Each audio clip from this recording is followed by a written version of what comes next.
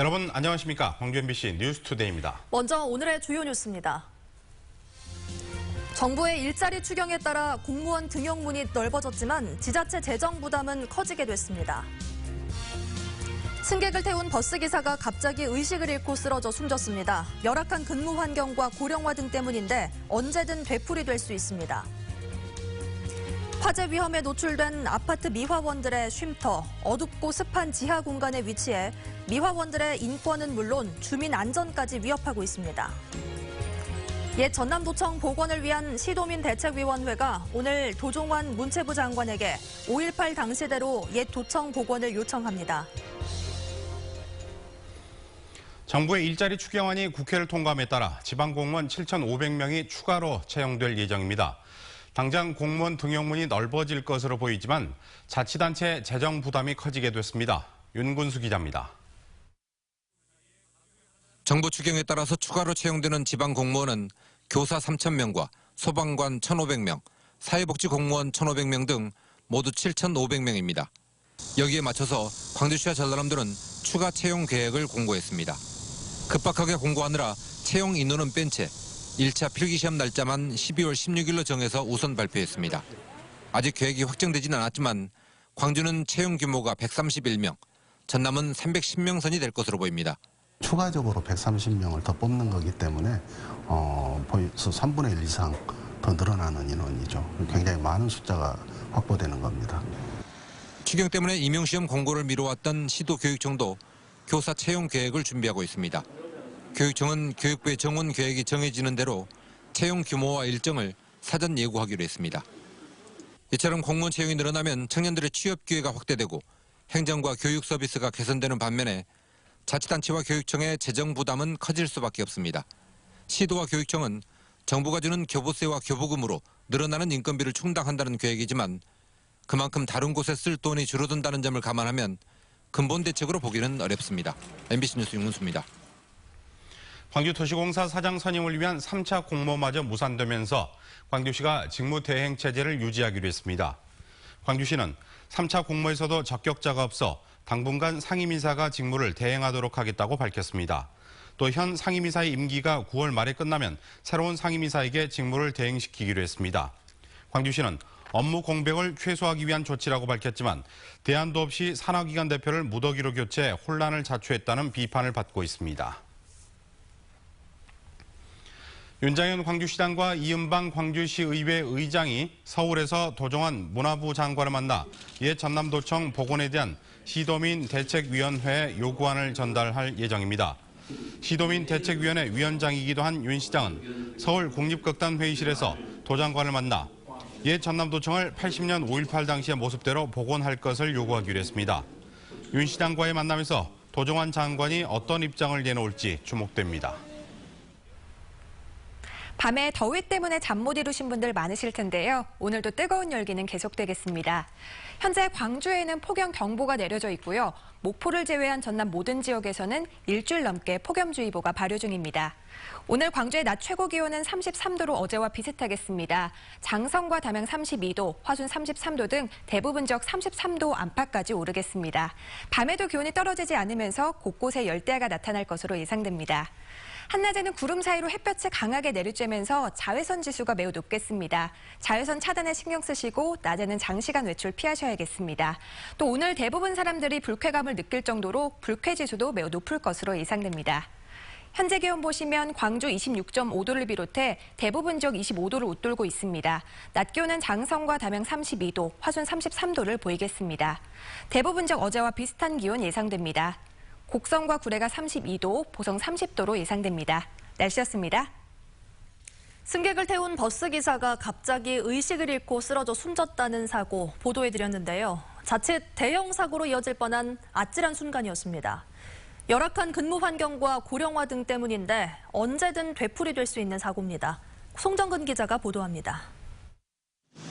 광주와 화순으로 가는 시내버스 운전기사 66살 김모 씨가 의식을 잃고 쓰러진 건 그제 오후 4시 10분쯤입니다. 신호대기 중이어서 2차 사고로 이어지지는 않았지만 병원으로 옮겨진 김 씨는 급성 심근경색으로 끝내 숨졌습니다. 버스가 잠깐 서 있더라고. 근데 어느 순간 구급차가 오더니 그래서 이제 싣고 병원으로 간 것만 아줌마 봤어요. 자칫 대형 사고로 이어질 수도 있었던 이번 사고는 열악한 근무 환경과 고령화 등이 원인으로 꼽힙니다. 1년마다 계약을 체결하는 비정규직이었던 김 씨는 버스기사로 정년한 뒤 고령의 나이에 재취업해 일하고 있었습니다. 김 씨가 운전한 시내버스는 운전자 한 명이 하루 종일 근무한 뒤 그 다음날 휴식을 취하는 일교대 형태였습니다. 오전 7시부터 밤 10시 30분까지 하루에 15시간 넘게 광주와 화순을 200km 넘게 오가야 합니다. 그게 좀 힘들죠. 1시간 같은 경우는 쉬는 시간이 거의 없이 와야 되니까 그게 거의 한 3시간 정도 운행한다고 봐야죠. 문제는 시내버스 운전기사 상당수가 김 씨처럼 고령에다 경무에 시달리고 있다는 겁니다. 광주 지역 버스 운전 종사자 2,400여 명 가운데 50대 이상의 운전자는 모두 68%를 넘습니다. 최근 광주시가 시내버스 종사자 1,800여 명을 대상으로 건강과 체력을 측정한 결과에서도 고령화와 열악한 근무 환경에 따른 문제점이 고스란히 드러났습니다. 혈압은 국민 평균보다 높았고 유연성과 순발력 조사에서 50에서 54세 시내버스 기사는 일반인 평균보다 크게 못 미쳤습니다. 건강관리 사업을 좀 더 강화를 시키고요. 그리고 좀 고령의 운전자에 대해서는 좀 긴 노선보다는 단기 노선 쪽으로 변경하는 방안을 검토하고 있습니다. 고령화와 열악한 근무 환경, 준공영제 10년을 맞는 광주 시내버스가 풀어야 할 최대 과제입니다. MBC 뉴스 송정근입니다. 전라남도 특별사법경찰팀은 중국산 산낙지를 국내산으로 속여 판매한 순천과 여수, 광양과 나주 등지의 음식점 5곳을 적발했습니다. 이들은 낙지 금어기인 지난 6월 21일부터 7월 20일까지 국내산 낙지 유통이 어렵게 되자 인천항을 통해 들여온 한 마리에 3, 4천 원인 중국산 산낙지를 국내산으로 속여 판매해 3배 이상의 부당이득을 챙긴 혐의를 받고 있습니다. 중국산 낙지를 국내산으로 거짓 표시하고 소비자에게 판매하다 적발되면 7년 이하의 징역 또는 1억 원 이하의 벌금에 처하도록 하고 있습니다. 어버이날 아버지를 잔인하게 살해한 남매에 대해 대법원이 중형을 선고했습니다. 대법원은 지난해 어버이날 아버지를 살해해 기소된 49살 문모 씨 남매에 대해 각각 징역 18년과 20년을 선고한 원심 판결을 확정했습니다. 앞서 1, 2심 재판부는 피해자의 폭력 성향 등을 부각하며 불만을 표시하고 있는데 이는 아버지에 대한 최소한의 인간적 예의라고 볼 수 없다며 징역 18년과 20년을 선고한 바 있습니다. 어젯밤 9시 20분쯤 광주시 북구 오룡동의 한 삼거리에서 52살 이모 씨가 몰던 15톤 화물차가 20톤 화물차와 승용차를 잇따라 들이받아 이 씨가 크게 다쳤습니다. 경찰은 이 씨가 신호 대기 중이던 차량을 미처 발견하지 못하고 사고를 낸 것으로 보고 정확한 사고 원인을 조사하고 있습니다.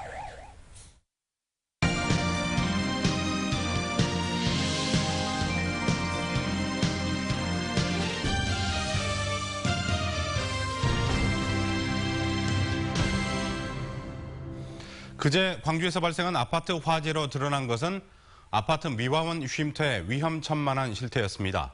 사람이 살기 힘든 자투리 지하 공간에 마련된 열악한 쉼터는 여름철 습기가 가득 차고 누전 화재 위험성에 고스란히 노출돼 있습니다. 김인정 기자가 긴급 점검했습니다. 지하부터 꼭대기층까지 순식간에 연기가 차올라 긴급 대피하던 주민 수십 명이 부상당한 사고. 화재가 시작된 곳은 습기가 가득한 지하 공간에 마련된 미화원 쉼터였습니다. 그 습도가 높다 보면은 그 전기 콘센트라든가 전열 기구에 아무래도 어떤 그런 수분이 침투할 수도 있고 다른 것보다는 훨씬 더 화재 위험이 높다고 볼 수 있습니다. 그렇다면 다른 아파트들의 실태는 어떨까? 다른 아파트들 역시 이렇게 컴컴한 지하 공간으로 들어와야 미화원 쉼터를 찾을 수가 있습니다. 이쪽 배관을 보시면 습기가 이렇게 맺혀 있을 정도로 내부가 매우 습한 모습을 볼 수가 있습니다. 엄청난 습도에 쉼터 벽면은 곰팡이가 슬었고 악취도 코를 찌릅니다. 축축한 물기와 지독한 냄새를 조금이라도 없애려면 한여름 폭염 속에서도 전열기구를 틀어야 합니다. 시원하게 꿉꿉해갖고 안 틀면 꿉꿉해서 못 있어. 그냥 전기 먹고는 그냥 다 여기서 그냥 쉬어요. 다른 쉼터들도 물이 맺힌 배관시설 위로 아슬아슬하게 전기를 끌어다 선풍기와 냉장고, 밥솥 등을 사용합니다. 전기줄과 습기가 뒤엉켜 언제 불이 날지 모르는 이 어둑한 땅 밑에서 아파트 미화원들은 빨래를 하고 몸을 씻고 밥을 먹고 있습니다. 대부분 아파트가 쉼터를 지하에 두다 보니 모두가 위험성을 알고 있지만 다른 공간을 내주는 배려는 찾아보기 힘듭니다. 위험하긴 하지만 현실적으로 여건이 안 맞다 보니까 이분들하고 전 실정을 내있습니다. 어둡고 습한 지하 공간에 마련된 용역업체 청소 노동자들의 휴식 공간이 미화원들의 인권은 물론 주민들의 안전을 위협하고 있습니다. MBC 뉴스 김인정입니다. 광주 지역 시민단체들이 금호타이어 해외 매각 중단을 촉구했습니다. 광주 시민단체 협의회 등은 산업은행 광주지점 앞에서 기자회견을 열고 금호타이어의 독자 기술이 중국 기업에 넘어갈 경우 대량 실업과 협력업체 파산 등이 우려된다며 이같이 주장했습니다. 광주와 전남 지역 12개 대학 총학생회가 참여한 광주와 전남 총학생회 협의회도 광주시 의회에서 성명을 내고 금호타이어의 해외 매각 반대를 촉구했습니다. 파괴된 4대강을 회복시키기 위해 각종 구조물을 철거해야 한다는 주장이 제기됐습니다.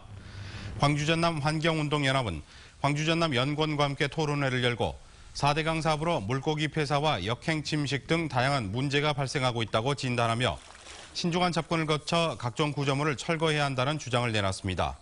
또 녹조 문제를 중심으로 영산강 수생태 현황을 점검하고 하구뚝 개선을 통해 강 살리기를 강조했습니다.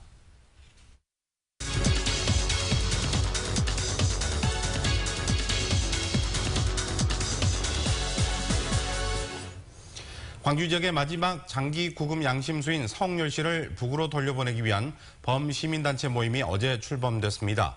서홍렬 선생 소환추진위원회 공동대표를 맡고 계신 장헌권 목사 모시고 그 자세한 이야기 나눠보도록 하겠습니다. 어서 나십시오. 네, 반갑습니다. 네, 먼저 서홍렬 선생이 어떤 분인지 소개를 해주시죠. 우리나라에 보안법이 있는데 보안법에 의해서 장기수 선생님이 되신 분입니다. 이분은 이제 연세가 91살이시고 전남 신안군 완자면에서 태어나신 분입니다. 바로 서울로 이사 가셔서 초, 중, 고 대학교를 다니시고 고려대학교에서 바로 이제 경제학을 공부하셨습니다. 1961년에 그 남북이 서로 공자학원을 보내고 또 할 때에 이분이 김일성 종합대학을 다니면서 이제 고향에 있는 그 이제 형제를 포섭하기 위해서 난파가 되었습니다. 난파된 과정 속에서 이제 형제를 만나고 북한으로 가는 중에 체포가 되어가지고 1심에 사형을 구형받고 네. 그리고 2심에 무기징역을 언도받습니다. 그리고 이제 그 과정 속에서 29년 동안 감옥 생활을 하시다가 건강이 안 좋아진 상태 속에서 현재 이제 그분이 북측으로 가기를 원하고 있기 때문에 그 송환을 원하고 있습니다. 네, 지난 2000년에 북한으로 가고 싶다, 사상을 전향하지 않겠다고 밝힌 비전향 장기수 63명이 송환이 됐잖아요. 네. 그런데 서 선생님께서는 왜 그때 송환이 안 된 건가요? 그 당시에 1990년에 가석방이 됩니다. 가석방이 되는 과정 속에서 그 준법 서약서라고 하는 것을 쓰게 됩니다. 이 준법 서약서는 전향서가 아니라 밖에 나가서 사회 활동할 때 정치 활동을 하지 않겠다는 이 준법 서약서를 쓴 것이 마치 이제 전향서를 쓴 것처럼 왜곡이 되어서 그 당시에 송환이 안 되는 것으로 알고 있습니다. 네. 근데 좀 더 빠른 시기에 이렇게 추진을 했을 수도 있고요. 또 이제서라도 시민단체가 나서서 서 선생님의 소환추진위원회를 결성하게 된 이유가 있을까요? 이분이 이제 어제 제가 그 선생님을 뵙기도 했는데 고령이시고 또 굉장히 몸이 많이 이렇게 망가진 상태에서 건강이 안 좋습니다. 우리 민족의 가장 큰 모순이 분단이지 않습니까? 네. 이 분단 상황 속에서 가족이 엄연히 살아계시는데 그 가족을 만나지 못한다고 하는 것은 반인륜적이고 그리고 어떻게 보면 인권의 어떤 사람의 어떤 존엄성이 또 문제가 되기 때문에 우리 시민사회 단체에서는 이분이 살아계시는 동안에 바로 이제 송환을 원하시고 하니까 가족도 만나보고 또 사랑하는 아내도 굉장히 그리워서 그 붙이지 못한 편지라는 그런 내용도 있거든요. 네. 그래서 이분을 살아계셨을 때 가셔야 되고, 또 중요한 것은 시민 촛불 혁명으로 우리가 이제 새로운 정부가 탄생되지 않았습니까?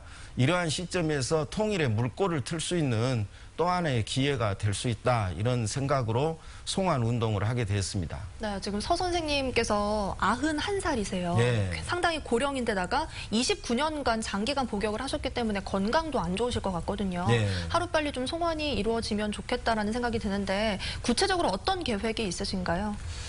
가장 중요한 것은 서홍열 선생님뿐만 아니라 우리나라의 장기수 선생님들이 이렇게 송환을 원하는 분들이 있습니다. 그래서 서홍열 선생님을 통해서 홍보를 함으로 여론화시키는 것이 가장 중요하고, 그리고 또 하나는 각계각층의 많은 시민들과 뜻있는 분들이 우리나라의 통일을 위해서 이 송환 문제에 적극 나설 수 있도록 홍보를 계속할 것입니다. 또한 청원운동도 하고, 구체적으로 하루 밥집이라고 하는 것을 통해서 이 송환하는 일에 적극적으로 참여할 것입니다.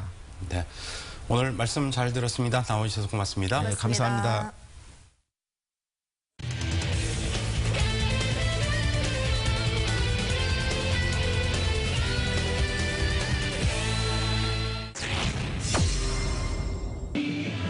실버 타자 이범호에 타고 가운데로 빠져나갑니다. 주전 안타. 1루자 3루 돌아서 홈으로 들어옵니다. 1타점 적시타 이범호. 2구 공격으로 안타입니다. 우측에 안타. 김민식의 안타. 2루자 3루 맞고 홈으로 들어옵니다. 1타점 적시타. 8번 타자 김민식. 투수 땅볼. 이번엔 유격수 쪽으로 합니다. 유격 잡아서 2루에 보스아웃. 1루에서 아웃됐습니다. 아웃 판정에 대해서 지금 비디오 판독을 요청했습니다. 이명기 선수의 발이 빨랐네요.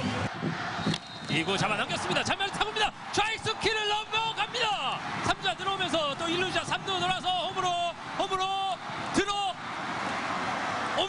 2타점 적시 2루타 김주찬. 2회에 안타 5개를 허용하고 있습니다. 외야 쪽으로 합니다. 좌중간 날아갑니다. 좌중간 깊숙합니다. 좌중간에 담장 맞고 떨어집니다. 10개 들어오는 김주찬 쪽으로 갑니다. 가로 타고 좌측에 안타입니다. 좌측 안타. 발빠른 권한이라 3루 맞고 홈으로 다시 들어옵니다. 2회에 엄청난 타격을 발휘하고 있는 기아 타이거스. 점수는 6대0. 골이면 되는 건데. 더 올린 타고 외야 쪽으로 날아갑니다. 중견수 쪽으로 갑니다. 중견수 잡았습니다. 3루 있던 권한이라 홈으로 들어옵니다. 균형이 깨졌습니다. 7대5로 앞서가는 기아 타이거스. 사구 잡아당겼습니다. 좌측으로 갑니다. 좌측으로 이 경기를 끝내고 싶지 않은 김선빈의 드론 홈런입니다. 와, 야, 이런 일이 일어납니다. 3구 안타입니다. 볼을 들어가네요. 번트를 됐습니다. 번트 되면서 자 1루에 볼 놓쳤습니다. 그러면서 3루 주자가 홈으로 들어오면서 경기는 끝이 납니다. 국내 방직 산업이 경쟁력을 잃고 위기를 맞고 있습니다. 만들면 만들수록 손해를 본다는데 공장 가동을 중지하거나 생산 설비 해외 이전을 검토하고 있습니다. 보도에 김철원 기자입니다. 국내 방직 산업의 위상은 과거에 비해 크게 추락했습니다. 전성기를 누리던 7, 80년대에 비해 현재 생산시설은 3분의 1로, 종사자는 10분의 1가량으로 감소했다고 방직업계는 말합니다. 방직산업이 사양길로 접어들면서 구조조정의 길을 밟은 겁니다. 엎친 데 덮친 격으로 사드 여파로 인해 중국 수출길이 막히면서 만들면 만들수록 손해가 커지고 있습니다. 이런 이유에서 전방 주식회사는 광주 임동공장의 생산시설 절반을 지난해 말부터 가동 중지했습니다. 장기적으로는 공장을 아예 폐쇄하고 인력을 재조정할 계획입니다. 전방은 실제로 지난 2014년부터 3년 연속 100억 원 이상의 영업 손실을 기록하고 있습니다. 국내 1호 상장 기업인 경방은 주력 공장인 광주의 설비를 베트남으로 옮기는 방안을 검토하고 있습니다. 상대적으로 인건비가 싼 베트남으로 갈 수도 있다는 겁니다. 내년도 최저임금이나 산업용 전기료 인상 움직임에 부담을 느낀 경방이 앞서 움직이고 있다는 후문도 있습니다. 경방 광주 공장의 설비 이전이 현실화될 경우 근로자 150여 명의 실직이 우려됩니다. MBC 뉴스 김철원입니다. 도시공원 민간개발과 관련해 윤장현 광주시장이 공공성 확보를 위한 3대 원칙을 제시했습니다. 윤 시장은 우리 몸의 허파와 같은 도시공원은 지켜야 한다는 대원칙 아래 중앙공원이나 중회공원 등 대표적 공원은 국가정원으로 지정되도록 대응하고 불가피하게 민간의 개발을 맡기는 경우에도 공원의 기능을 최대화하도록 힘써달라고 광주시청 간부들에게 당부했습니다. 국민의당 송기석 의원이 아시아 문화중심 도시 조성 사업의 유효 기간을 2031년까지 5년 더 연장하는 내용의 특별법 개정안을 대표 발의했습니다. 송기석 의원은 이명박 박근혜 정권을 거치면서 당초 예정 사업비의 23.6%만 집행되는 등 문화도시 조성 사업 추진이 부진하기 때문에 사업 기간을 연장할 필요가 있어 개정안을 발의했다고 배경을 설명했습니다. 세월호 화물칸에서도 유해로 추정되는 뼈가 발견되면서 화물칸 수색이 다시 활기를 띠고 있습니다. 현장 수습본부는 오는 9월까지 선체와 침몰 해역의 수색을 마무리하기로 했습니다. 김진선 기자입니다. 세월호 객실에 이어 화물칸 수색이 이루어진 지 한 달째. 화물칸에서 꺼낸 미수습자 권재근 씨의 1톤 화물 차량입니다. 네 가족의 이삿짐을 실었던 차량은 크게 파손된 채 열쇠만 운전석 문에 꽂혀 있었습니다. 혹시 차량 안에 미수습자인 동생과 조카가 있지 않을까 기대했던 가족은 착잡한 마음을 드러냈습니다. 어떻게든지 발버둥을 치고 나왔겠지. 그 생각을 하니까 참 더 찾아야 되겠다는 생각도 있고. 화물칸에서 처음으로 유해가 발견된 구역에서는 진흙 수거 작업이 계속됐습니다. 미수습자 허다윤 양의 유해 일부가 발견됐던 2층 객실과 연결된 구역으로 쌓인 진흙을 빼내는 데만 일주일가량 소요될 것으로 예상됩니다. 잔여 화물과 차량 등을 선체 내로 밖으로 반출할 계획이며 이어서 인력을 투입을 해서 수색을. 현재까지 화물칸에서 반출한 차량은 90여 대, 아직 100여 대 가까운 차량이 남아 있습니다. 이 과정에서 블랙박스 5대도 발견돼 세월호 선체조사위원회가 복원 작업을 진행하기로 했습니다. 침몰 해역에서도 한국해양과학기술원의 지질조사 등 분석이 마무리됐습니다. 수습본부는 이달 말까지 수중수색 업체를 선정해 9월까지 선체를 비롯한 모든 수색 작업을 마칠 계획입니다. MBC 뉴스 김진선입니다. 광주시 주민자치협의회 일부 회원들이 민주노총과 한국노총에 대한 광주시의 추경예산 집행을 중지하라고 요구했습니다. 이들은 시위에 사용되는 차량과 음향 장비를 양대 노총에 지원하기 위해 1억 6천여만 원의 추경 예산을 편성한 것은 선거를 앞둔 선심성 예산이라고 주장했습니다. 또 예산결산위원회에서 추경 예산 통과에 앞장선 시의원들에게는 해명을 요구했습니다. 광주시 교육청과 광주 MBC가 공동 기획한 제5회 꿈을 실은 독서 열차가 어제부터 2박 3일 동안 파주 출판단지에서 열리고 있습니다. 내 꿈을 펼쳐라라는 주제로 진행되는 이번 독서 열차는 광주 관내고교 1학년 학생 60명이 참가해 독서를 기반으로 한 토론과 스피치 교육, 저자와의 만남 등 다채로운 프로그램이 진행됩니다. 5.18 당시 미국 대사관이 공식적 논평을 달아 미국 카터 행정부에 제출한 미국인 선교사의 5.18 일지가 공개됐습니다. 5.18 기념재단은 주한 미국 대사 마크 리퍼트가 지난 1월에 기증한 5.18 관련 기밀해제 문서 가운데 당시 광주에 거주하던 선교사가 기록한 5.18 일지를 발굴해 번역했다고 밝혔습니다. 이 기록에는 5.18 당시 광주 시민들이 잔인한 국가폭력 앞에 하나로 뭉친 공동체적 투쟁을 했음이 강조돼 있고 당시 미 대사관은 이 일지를 본국으로 보내며 가장 균형 잡힌 광주 사태 기록이라고 평가한 것으로 알려졌습니다.